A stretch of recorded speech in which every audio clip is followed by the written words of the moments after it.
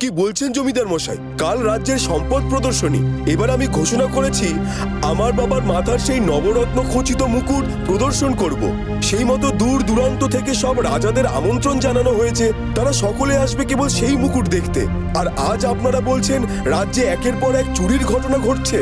চুরি নয় রাজামশাই, বলুন ডাকাতি।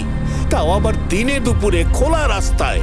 আমাদের যে অমন বোকা বানিয়ে কেউ আমার এক থলে মোহর এইভাবে হাপিস করে দেবে, তা তো আমরা কল্পনাও করতে পারিনি। আমার সাদের আংটিটাও তো ছেড়ে দিল দ্বিগুণ করার টোপ দিয়ে। আমাকে আপনারা বলতে পারবেন সেই চোর কেমন দেখতে ছিল? কেন পারবো না? সেই চোর সাধু বেশে এসেছিল আমাদের সামনে। কিন্তু আমার মাঝে বলল তার গয়না নিতে এসেছিল একজন বুড়ি। তার মানে একাধিক চোর ঘুরছে এই রাজ্যের বুকে। হ্যাঁ, তবে আমাদের সামনে যে সাধু বাবা এসেছিল তার ডান হাতের বুড়ো আঙুলটা জোড়া।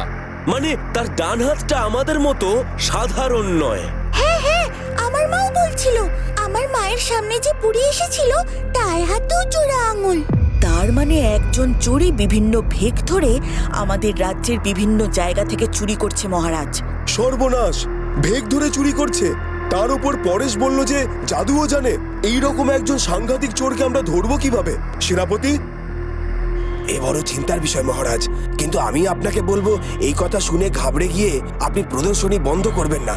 আমি সুরক্ষার পুরো দায়িত্ব নিচ্ছি। তুমি কত দায়িত্ব নেবে আমার জানা আছে।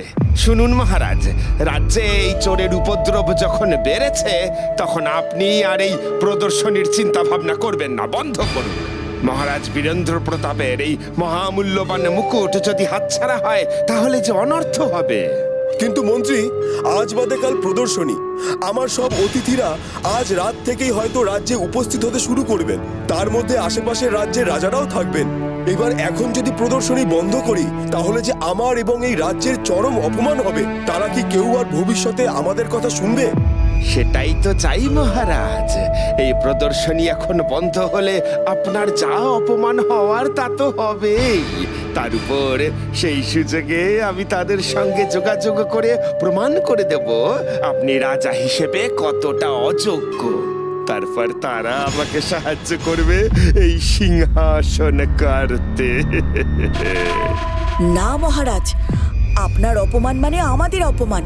আমরা তা কিছুতেই হতে দিতে পারি না। আপনি কালই প্রদর্শনীর ব্যবস্থা করুন।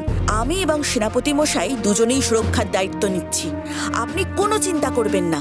তুই যখন দায়িত্ব নিচ্ছিস তখন ভরসার কথা তো বটেই ভোলা। তুই এর আগেও এই রাজ্যকে অনেক অসম্মানের হাত থেকে, ক্ষতির হাত থেকে বাঁচিয়েছিস। তুই আর সেনাপতি মশাই মিলে তাহলে সমস্ত সুরক্ষাটা দেখে নে। কাল প্রদর্শনী দেখতে যারাই প্রবেশ করবে তাদের হাতের আঙুল দেখেই আমরা ছাড়বো।